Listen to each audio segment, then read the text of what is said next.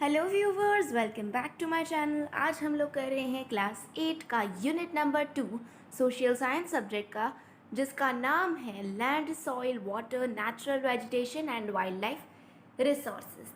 तो चलिए इस चैप्टर को शुरू करते हैं। सबसे पहले देखिए, यहाँ पर हमें एक पैराग्राफ दिया गया है, तो उससे हम एक बार देख लेते हैं।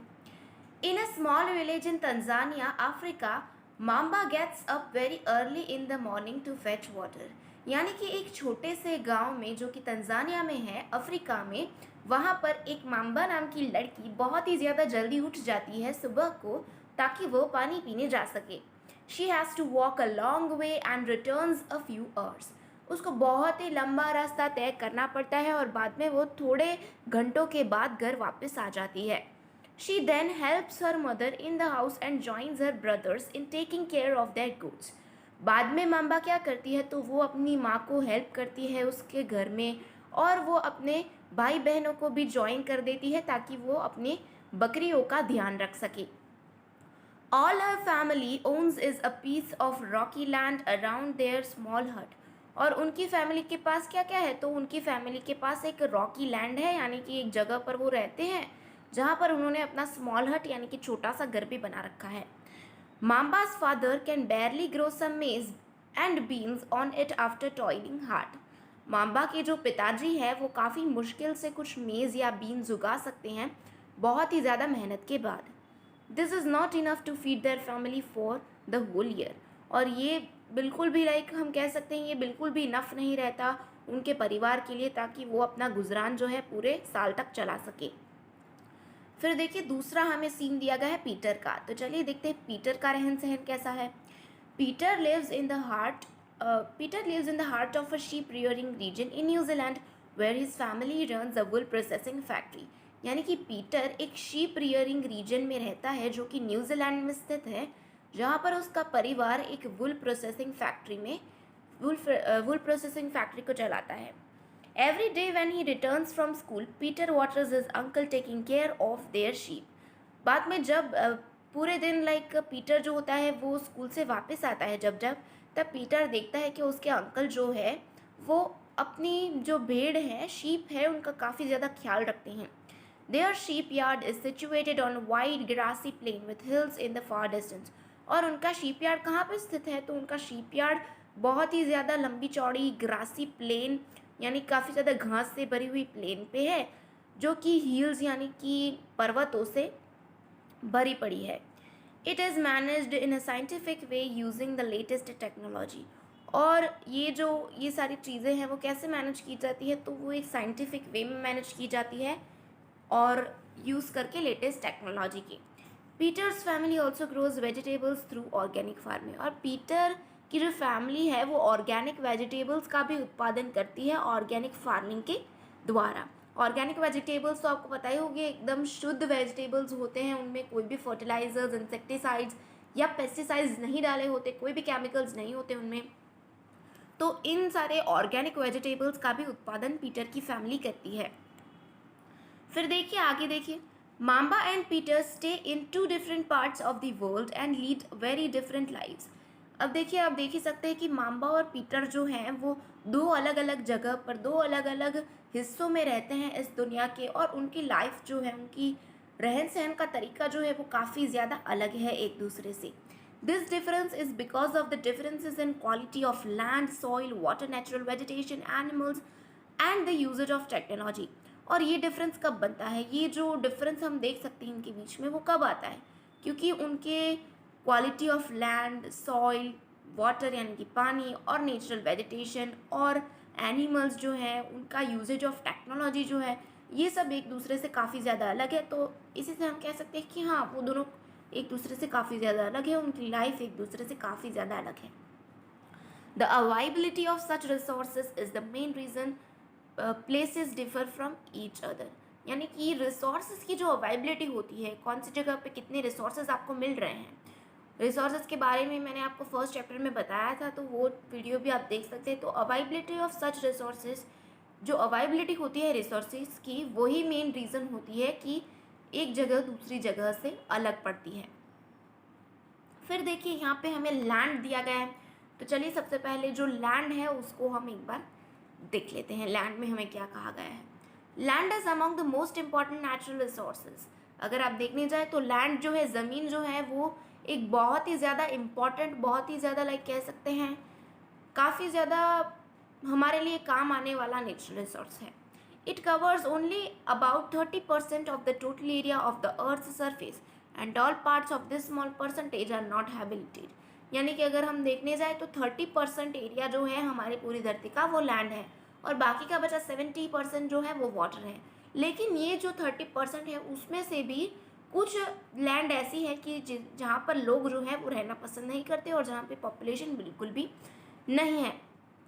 The uneven distribution of population in different parts of the world is mainly due to varied characteristics of land and climate. ये जो uneven distribution हमें देखने मिलता है population में, तो वो किसकी वजह से है?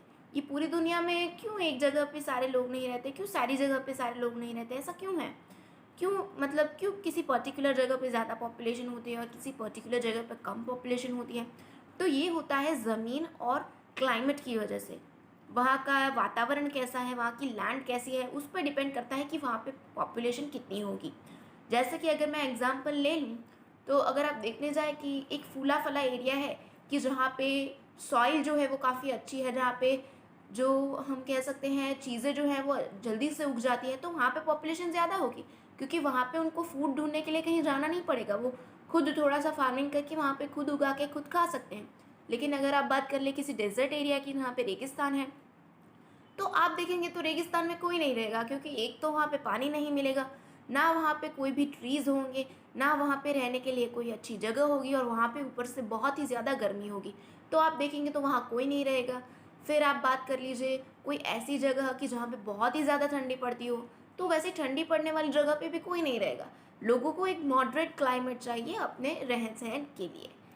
तो देखिए, the rugged topography, steep slopes of mountains, low-lying areas susceptible to water, उसके बाद logging desert areas, thick forested areas are normally sparsely populated और uninhabited। यानी कि देखिए, अगर आप देखने जाएं तो ऐसी जगह पे जहाँ पे फॉरेस्ट ही फॉरेस्ट हो, फिर जो डेजर्ट एरियाज़ हो, जो थिक फॉरेस्टेड एरियाज़ हों, यानी और फिर हमें ये भी बताया गया है कि जहाँ पे बारिश ना होती हो, ऐसी जगह पर कोई भी रहता नहीं है, और रहते तो भी काफ़ी कम लोग रहते हैं। Plain and river valleys offer suitable land for agriculture. अब उसी साइड पे अगर हम प्लेन्स और नदियाँ देखने जाएं तो वहाँ पे क्या होता है, तो वहाँ पे लैंड जो होती है वो काफ़ी अच्छी होती है, जहाँ जहाँ पे हम एग्रीकल्चर कर सकते हैं। तो hence this are densely populated areas of the world. तो इसके कारण क्या होता है कि लोग वहाँ रहना ज़्यादा पसंद करते हैं, क्योंकि वहाँ एग्रीकल्चर जो है वो काफ़ी आसानी से हो सकता है, इसलिए उनको खाना जो है वो काफ़ी अच्छे से मिल सकता है। हैंस ये जो रीजन्स होते हैं वो काफ़ी ज़्यादा पॉपुलेटेड होते हैं। लैंड यूज़, अब देखिए यहाँ पे दूसरा एक पैराग्राफ हमें दिया गया है लैंड यूज़ का, तो उससे भी चलिए हम एक बार देख लेते हैं। Land is used for different purposes such as agriculture, forestry, mining, building houses, roads and setting up of industries. अब देखिए, ज़मीन जो है, ज़मीन बहुत ही डिफरेंट पर्पसेस के लिए, डिफरेंट कामों के लिए यूज़ की जाती है, जैसे कि एग्रीकल्चर है, फिर फॉरेस्ट्री है यानी कि पेड़ उगाना है, माइनिंग है, या फिर घरों का बनाना है, या फिर रोड्स का बनाना है, ठीक है, रास्तों का बनाना है, या फिर इंडस्ट्रीज़ जो हैं बड़ी बड़ी, उनको भी अगर हमें बनाना है तो उसके लिए हमें लैंड चाहिए। This is commonly termed as land use, और इसी को हम क्या बोलते हैं, लैंड यूज़, यानी कि ज़मीन का उपयोग। Can you list out different ways in which Mamba and Peter's family use their land. तो अगर आप चाहें तो एक लिस्ट बना सकते हैं कि कैसे डिफरेंट तरीक़ों से माम्बा और पीटर की जो फैमिली है वो अपनी ज़मीन जो है उनका यूज़ करते हैं। फिर देखिए आगे हमें क्या दिया गया है। The use of land is determined by physical factors such as topography, soil, climate, minerals and availability of water। मैंने आपको अभी बताया कि लैंड का यूज़ जो है, लैंड का उपयोग जो है वो किन चीज़ों पर निर्भर करता है, तो वो फिज़िकल फैक्टर्स पे निर्भर करता है, जैसे कि वहाँ की ज़मीन कैसी है, क्या वहाँ पे अच्छे से कुछ उग पाता है या नहीं, वहाँ का रहन सहन का तरीका कैसा, मतलब क्लाइमेट कैसा है वहाँ का, फिर वहाँ में कैसे कैसे मिनरल्स आपको मिल सकते हैं, फिर वहाँ पे पानी है या नहीं, वहाँ पे बरसात होती है या नहीं। तो ये सारी चीज़ों पे बहुत ही ज़्यादा लैंड का उपयोग डिपेंड रहता है। Human factors such as population and technology are also important determinants of land use pattern. और दूसरी बात अगर हम देखने जाए तो ह्यूमन फैक्टर्स यानी कि इंसानी फैक्टर्स जो होते हैं, और such as population and technology, technology तो आपको पता ही है, तो वो भी काफ़ी ज़्यादा इंपॉर्टेंट डिटर्मिनेंट्स है लैंड के यूज़ के लिए। फिर देखिए, land can also be classified on the basis of ownership as private land and community land. अगर आप देखने जाए तो लैंड जो है उसको भी हम दो हिस्सों में विभाजित कर सकते हैं, एक है प्राइवेट लैंड और दूसरी है community land. Private land is owned by individuals whereas community land is owned by community for common use like collection of fodder, fruits, nuts or medical herbs। Private land क्या होती है, तो देखिए private land यानी कोई ऐसी land होती है कि जो एक इंडिविजुअल के द्वारा ओन की जाती है। जैसे कि अगर आप देख लीजिए, अगर आपके पास कोई प्लॉट है या फिर आपके पास कोई लाइक खेतर है, तो ये सब चीज़ें क्या हो गई, कोई फार्म है आपके पास, तो ये आपकी प्राइवेट लैंड हो गई। उसमें कोई और आके वहाँ पे खेती नहीं कर सकता है, सिर्फ आपको ही अधिकार है कि वहाँ पे आप कुछ कर सके, तो ये क्या हो जाएगी, आपकी प्राइवेट लैंड हो जाएगी। जबकि कम्युनिटी लैंड क्या होती है, तो कम्युनिटी लैंड सबके द्वारा यूज़ करने में आती है और बेसिकली हम देखने जाए तो वो गवर्नमेंट की होती है। तो ये पब्लिक लैंड हम उसे कह सकते हैं कि पब्लिक जो चाहे वो वहाँ कर सकती है, कोई भी पाबंदी या रिस्ट्रिक्शंस वहाँ पे नहीं होते हैं। फिर देखिए, this community lands are also called as common property resources. और दूसरी बात अगर हम देखने जाए तो ये जो कम्युनिटी लैंड है तो उनको हम कैसा कह सकते हैं, ये प्रॉपर्टी रिसोर्सेज भी कह सकते हैं। फिर देखिए, people and their demands are ever growing but the availability of land is limited. यानी कि हम जो लोग हैं और हमारी जो डिमांड्स हैं वो तो हमेशा बढ़ती ही रहेगी, कभी भी कम नहीं होगी, लेकिन अवेलेबिलिटी की जो लैंड की यानी कि ज़मीन की जो अवेलेबिलिटी है वो काफ़ी ज़्यादा लिमिटेड है। The quality of land also differs from place to place. और अगर हम देखने जाए तो जो क्वालिटी है लैंड की, जो लैंड की क्वालिटी है वो भी काफ़ी ज़्यादा डिफ़र करती है एक जगह से दूसरी जगह पर। People started encroaching people started encroaching the common lands to build up commercial areas, housing complexes in urban areas and to expand the agricultural land in rural areas। यानी कि जो हम लोग हैं वो हमने क्या किया कि हमने जो कॉमन लैंड थी उसमें हमने कॉमर्शियल एरियाज़ को डेवलप किया, हाउसिंग के कॉम्प्लेक्सेस हैं, कॉम्प्लेक्सेस आपने देखे होंगे बड़े बड़े, वो सब हमने अर्बन एरियाज़ में डेवलप करना शुरू कर दिया। और हमने एग्रीकल्चरल लैंड जो है वो रूरल एरियाज़ में डाल दी। रूरल एरियाज़ यानी कि विलेज एरियाज़ जो होते हैं उनको रूरल एरियाज़ बोलते हैं। तो ये सारी चीज़ें होने लगी। Today the vast changes in the land use pattern also reflect the cultural changes in our society. Land degradation, landslides, soil erosion, desertification are the major threats to environment because of the expansion of agriculture and construction activities। यानी कि देखिए अभी क्या होता है कि अभी हम देखने जाए तो ज़मीन के यूज़ में बहुत ही वाइड चेंज पैटर्न हमें देखने मिलती हैं, जैसे कि लैंड डिग्रेडेशन हो जाना, लैंड स्लाइड्स हो जाना। सॉइल इरोजन का मतलब तो आपको पता ही होगा, the speed transportation of soil particles from one place to another, इसकी डेफिनेशन है। फिर डेजर्टिफिकेशन का मतलब क्या होता है कि जब हम एक जगह के सारे पेड़ पौधे काट देते हैं तो वहाँ पे बहुत ही ज़्यादा लाइक डेजर्टिफिकेशन हो जाता है, कोई भी पेड़ पौधे वहाँ पे नहीं रहते हैं। तो ये सब क्या है, तो ये सब बहुत ही ज़्यादा मेजर थ्रेट्स हैं अपने एनवायरनमेंट के लिए, क्योंकि एक्सपांशन ऑफ एग्रीकल्चर भी है और कंस्ट्रक्शन एक्टिविटीज़ भी है जो सारी बढ़ रही हैं, तो इनके वजह से हमारे एनवायरनमेंट को काफ़ी ज़्यादा नुकसान पहुंच रहा है, ऐसा हम कह सकते हैं। फिर देखिए आगे हमें दिया गया है conservation of land resources. Growing population and their ever growing demand has led to large scale destruction of forest cover and arable land and has created a fear of losing this natural resources।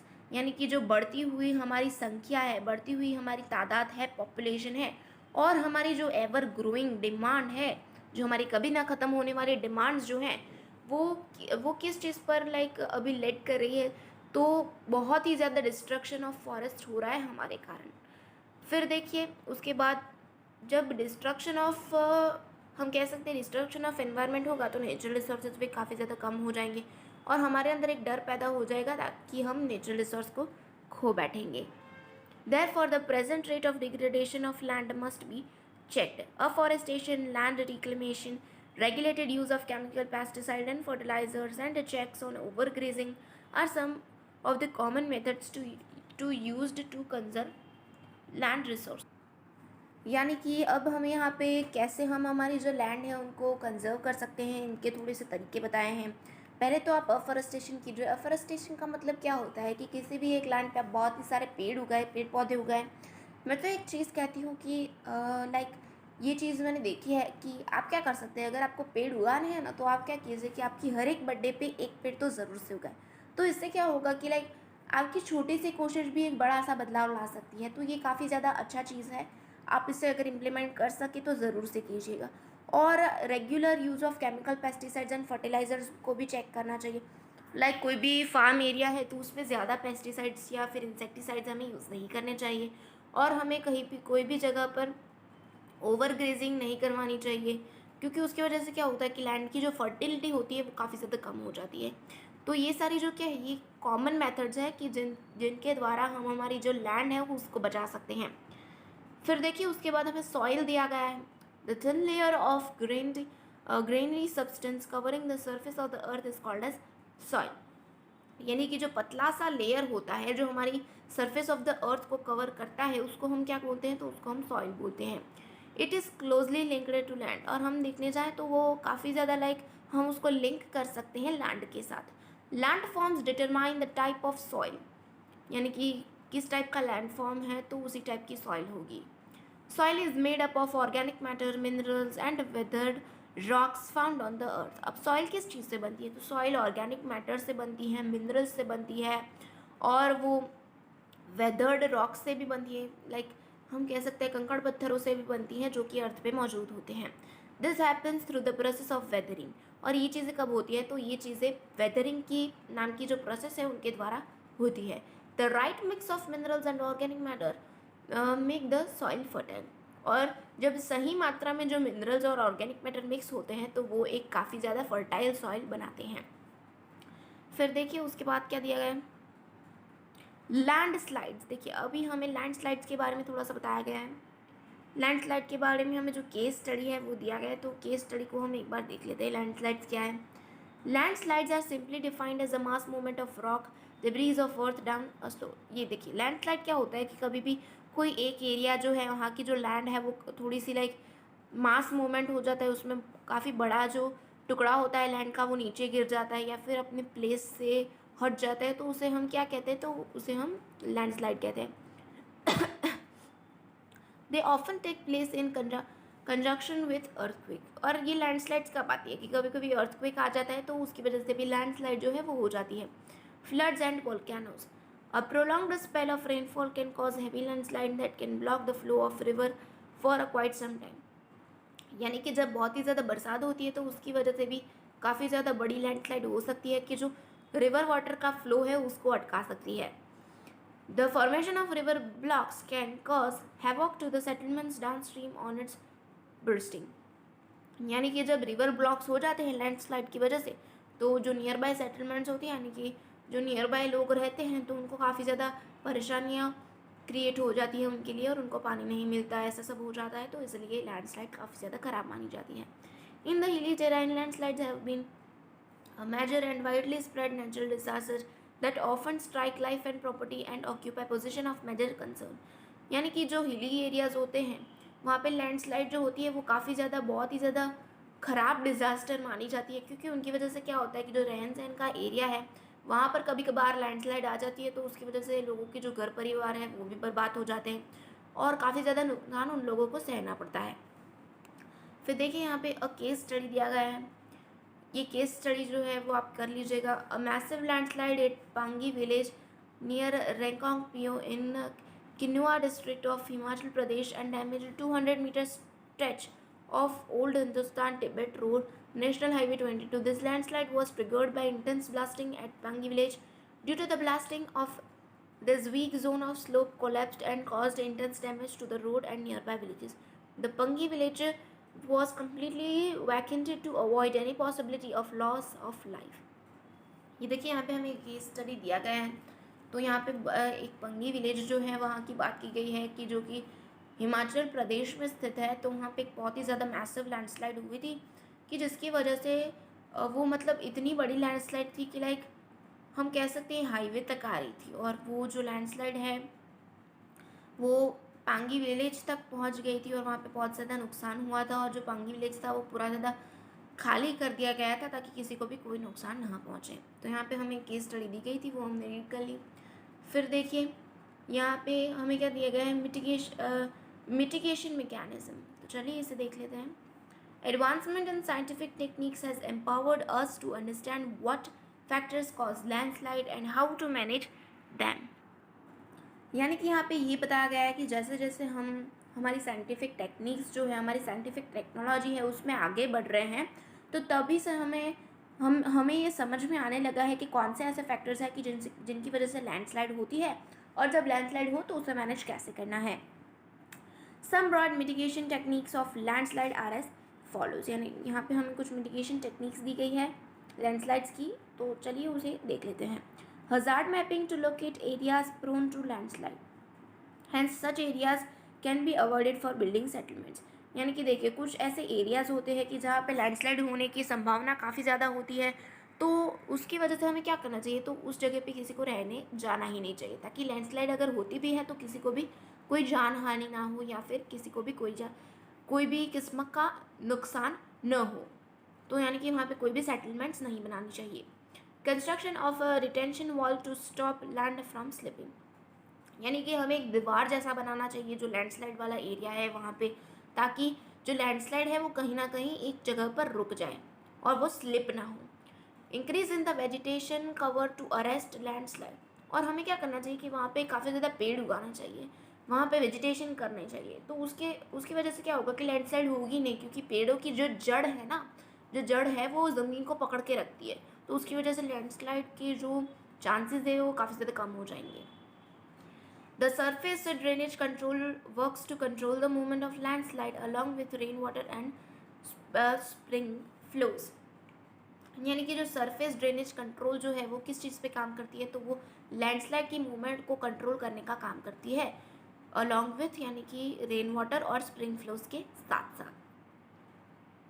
ये देखिए यहाँ पे हमें इस photo में एक retention wall दी गई है। देखिए यहाँ पे कैसे रिटेंशन वॉल बनाई गई है ताकि लैंडस्लाइड जो है उसको प्रिवेंट किया जाए। फिर देखिए यहाँ पे हमें सॉइल प्रोफाइल भी दी गई है, काफ़ी ज़्यादा अच्छी है। देखिए सबसे पहले टॉप सॉइल आती है जिसमें ह्यूमस और वेजिटेशन किया जाता है, जहाँ पे हम अपने पेड़ पौधे आराम से उगा सकते हैं। उसके बाद सब सॉइल आती है उसके नीचे वाली, फिर वेदर्ड रॉक मटेरियल आता है और बाद में पैरेंट रॉक आता है। फिर देखिए यहाँ पे फैक्टर्स ऑफ सॉइल फॉर्मेशन, यानी कि सॉइल फॉर्मेशन कैसे होता है, उनके फैक्टर्स हमें यहाँ दिए गए हैं, तो चलिए उनको भी एक बार देख लेते हैं। The major factors of soil formation are the nature of parent rocks and climate factors. यानी कि अगर हम देखने जाए तो सॉइल फॉर्मेशन के मेजर फैक्टर्स क्या है, तो वो है पैरेंट रॉक्स। पैरेंट रॉक्स यानी कि देखिए यहाँ पे नीचे वाले जो हमें रॉक्स दिखाए गए इनको पैरेंट रॉक्स बोलेंगे, ठीक है। तो ये पैरेंट रॉक्स जो है वो एक काफ़ी ज़्यादा इंपॉर्टेंट फैक्टर है। और दूसरे हैं क्लाइमेटिक फैक्टर्स, यानी कि जो वहाँ का वातावरण है वो भी काफ़ी ज़्यादा इंपॉर्टेंट फैक्टर रहता है। Other factors are the topography, role of organic material and time taken for the composition of soil formation. यानी कि जो ऑर्गेनिक मटेरियल्स होते हैं, ह्यूमस है या फिर कुछ और बायोटिक एलिमेंट्स जो हैं, और कितना टाइम लगता है सॉइल को फॉर्म होने में, ये सारी चीज़ें भी अदर फैक्टर्स में आई जाती हैं। All this differ from place to place. और जैसा कि हमने आगे भी देखा कि ये सारी चीज़ें डिफ़र करती हैं एक प्लेस से दूसरे प्लेस पर। फिर देखिए यहाँ पे हमें पूरा एक डायग्राम दिया गया है, पैरेंट रॉक का दिया गया, फिर क्लाइमेट है, फिर रिलीफ है, flora fauna and micro organism है, और टाइम है। तो ये पूरे जो 5 फैक्टर्स हमें दिए गए हैं उनसे वो जब ये 5 फैक्टर परफेक्ट होते हैं तो तभी जाके सॉइल बनती है। फैक्टर्स अफेक्टिंग सॉइल फॉर्मेशन दिया गया है हमें। फिर देखिए आगे, degradation of soil and conservation measures. फिर देखिए इस पैराग्राफ को हम रीड कर लेते हैं। Soil erosion and depletion are the major threats to soil as a resource. Both human and natural factors can lead to degradation of soils. Factors which lead to soil degradation are deforestation, overgrazing, overuse of chemical fertilizers or pesticides, rainwash, landslides and floods. यानी कि देखिए जो soil erosion होती है और depletion है वो दोनों जो क्या है मेजर थ्रेट्स है सॉइल को बर्बाद करने में। सॉइल इरोजन का मतलब तो आपको पता ही है कि जब लाइक अगर आप मान लीजिए कि कहीं पे फ्लड आ गया है या फिर कोई भी ज़्यादा हवा चल रही है, तो उसकी वजह से क्या होता है कि जो सॉइल का टॉप मोस्ट लेयर होता है वो उड़ जाता है, ठीक है। तो उसी को हम सॉइल इरोजन बोलते हैं। तो ये जो चीज़ें हैं वो मेजर थ्रेट्स हैं सॉइल के लिए। और ह्यूमन और नेचुरल फैक्टर्स दोनों ही फैक्टर्स जो है वो डिग्रेडेशन ऑफ सॉइल को बनाते हैं। यानी कि डिग्रेडेशन ऑफ सॉइल का मतलब क्या होता है, सॉइल का खराब होना।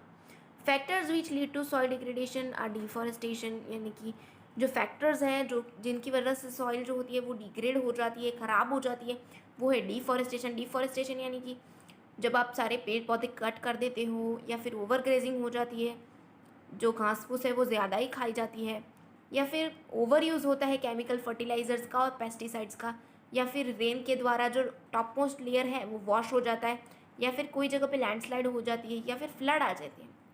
तो ये सारी चीज़ें क्या है, तो ये सारी चीज़ों की वजह से जो सॉइल है वो काफ़ी ज़्यादा ख़राब हो जाती है, और उसके अंदर की जो फर्टिलिटी होती है वो भी गुम हो जाती है। तो यहाँ पे देखिए फिर हमें कुछ दिया गया है, तो उसको हम देख लेते हैं। Mulching, the bare ground between plants is covered with a layer of organic matter like straw, it helps to retain soil moisture. यानी कि जो बेयर ज़मीन, जो ग्राउंड होती है बिटवीन प्लांट्स, यानी कि आप देखेंगे तो प्लांट्स के बीच बीच की जो ज़मीन होती है, उनके आसपास की जो ज़मीन होती है वो ऑर्गेनिक मैटर से कवर होती है, जो कि स्ट्रॉ जैसी होती है, राइट। ऑर्गेनिक मैटर यानी कि आपने देखा होगा कि लाइक ह्यूमस है या फिर कोई भी बायोटिकल एलिमेंट्स हैं, तो वो ऑर्गेनिक मैटर हम उन्हें कह सकते हैं। तो वो उसके आसपास एक ऑर्गेनिक मैटर का लेयर होता है, तो वो किस चीज़ में हेल्प करता है, तो वो सॉइल मॉइस्चर को रिटेन करने में हेल्प करता है। सॉइल के अंदर का पानी का जो मात्रा है उसको भी वो एकदम लाइक अच्छे से बैलेंस्ड रखता है। फिर देखिए contour barriers, stones, grass, soil are used to build barriers along contours. Trenches are made in front of the barrier to collect water. यानी कि पत्थर हैं, फिर घास है, या फिर सॉइल है, तो ये सारी चीज़ों का इस्तेमाल होता है ताकि बैरियर्स बनाए जा सके कंटूर्स के साथ साथ में। इवन ट्रेंचेस भी बनाए जाते हैं बैरियर्स के साथ साथ, ताकि उनमें पानी जो है वो कलेक्ट हो सके। देखिए यहाँ पे मैं आपको समझाती हूँ। देखिए टेरेस फार्मिंग जो है ये ऐसे की जाती है कि जिसकी वजह से जो सॉइल इरोजन है वो भी ना हो सके और पानी जो है एक जगह पर अटक जाए। फिर देखिए ये कंट्रोल प्लगिंग है। देखिए आप इसको देख सकते हैं कि कैसे अलग अलग जगह पर लाइक पट्टियों द्वारा इसे किया गया है। तो ये सारी जो चीज़ें हैं उनके द्वारा हम सॉइल जो है उसको डिग्रेड होने से बचा सकते हैं, बैरियर्स बना सकते हैं हम लोग, मिल्चिंग कर सकते हैं। तो ये सारी चीज़ें जो हैं वो काफ़ी ज़्यादा इम्पॉर्टेंट है। फिर रॉक डैम हमें दिया गया है। Rocks are piled up to slow down the flow of water. यानी कि रॉक डैम क्या होता है कि रॉक्स जो होते हैं ना उनका लाइक एक पाइल बना दिया जाता है। रॉक्स जो होते हैं उनको एक जगह पर लाइक इकट्ठा कर दिया जाता है कि जिससे जो पानी है उसका जो फ्लो है ना वो थोड़ा कम हो जाए। This prevents gullies and further soil loss. तो इनकी वजह से क्या होता है कि जो सॉइल इरोजन का जो मेजर प्रॉब्लम है कि जो पानी का जो ऊपरी सतह है वो पूरा चला जाता है, तो उसकी वजह से ये जो चीज़ है वो भी रुक सकती है। फिर टेरेस फार्मिंग हमें दिया गया है। Terrace farming, broad flat steps और terrace are made on the step slopes so that flat services are available to grow crops. यानी कि देखिए यहाँ पे जैसे हमें दिखाया गया है, अगर आप देखने जाएं तो देखिए एक मैं आपको समझाती हूँ। टेरेस फार्मिंग में क्या होता है, तो टेरेस फार्मिंग में मैं आपको बताती हूँ। टेरेस फार्मिंग में जैसे कि आप यहाँ देख सकते हैं कि ऐसे पार्ट्स किए गए हैं। इन पार्ट्स में क्या होता है कि ये पार्ट्स में लाइक यहाँ पे सारे जो पेड़ पौधे हैं वो उगाए जाते हैं, ताकि अगर पानी तो आता है, पानी अगर आता भी है तो वो यहाँ पे रुक जाए कहीं ना कहीं, और अगर ज़्यादा आगे आ जाता है तो यहाँ पे रुक जाए। तो उसकी वजह से क्या होता है कि कम से कम नुकसान होता है सॉइल का। तो इसी को हम टेरेस फार्मिंग बोलते हैं। स्टेप्स बनाए जाते हैं, इसको स्टेप फार्मिंग भी हम कह सकते हैं, ठीक है, कि जिनकी वजह से क्रॉप्स को भी हम अच्छे से उगा सके और पानी का जो बहाव है उसको भी कंट्रोल कर सके। यानी कि एक तीर से दो निशान है, ऐसा हम कह सकते हैं। They reduce surface run of soil erosion. और इनकी वजह से क्या होता है, जैसे कि मैंने आपको बोला कि पानी की जो लाइक फ्लो की शक्ति जो है, जब बहुत ज़्यादा रेन होती है तो उसकी वजह से वो पानी की शक्ति कम हो जाती है और वो आगे नहीं जाता और सॉइल इरोजन को प्रिवेंट करता है। फिर इंटर क्रॉपिंग दिया गया है हमें। Different crops are grown in alternate rows and are sown at different times to protect the soil from rain wash. यानी कि अलग अलग प्रकार के क्रॉप्स जो होते हैं वो ग्रो किए जाते हैं, उगाए जाते हैं अलग अलग रो में, और डिफरेंट टाइम पे वो सो किए जाते हैं कि जिनकी वजह से जो सॉइल है ना वो बचाई जाती है रेन वॉश से। यानी कि रेन की बहाव से वो सारी सॉइल आगे ना निकल जाए, इसकी वजह से इंटर क्रॉपिंग किया जाता है। फिर कंटोर प्लोइंग किया जाता है। Ploughing parallel to the contours of hill slope to form a natural barrier for water to flow down the slope. यानी कि प्लोइंग की जाती है एक ऐसे तरीके में कि जो कॉन्टोर्स के पैरेलल हो, एक हिल स्लोप के पैरेलल हो, ताकि एक नेचुरल बैरियर जो है वो बनाया जा सके, ताकि वाटर फ्लो जो है वो रोक दिया जा सके। इसे हम क्या कहते हैं? कॉन्टोर प्लोइंग कहते हैं। फिर शेल्टर बेल्ट्स हमें दिया गया है। शेल्टर बेल्ट्स क्या होता है? In the coastal and dry regions rows of trees are planted to check the wind movement to protect soil cover. Shelter belts क्या होता है कि कोस्टल और ड्राई रीजन्स जो होते हैं वहाँ पे रो ऑफ ट्रीज प्लांट किए जाते हैं और विंड मूवमेंट जो होती है उनको चेक किया जाता है ताकि वो सॉइल कवर को प्रोटेक्ट कर सकें। तो फिर यहाँ पे हमें एक एक्टिविटी दी गई है और उसके बाद हमें वाटर के बारे में इंफॉर्मेशन दी गई है। तो वाटर के बारे में जो इन्फॉर्मेशन है वो हम नेक्स्ट लेक्चर में करेंगे। आज के लिए सिर्फ इतना ही। अगर आपको वीडियो पसंद आया हो तो लाइक कर दीजिएगा और शेयर कर दीजिएगा इस वीडियो को, और चैनल को सब्सक्राइब नहीं किया तो सब्सक्राइब भी कर दीजिएगा। Thank you.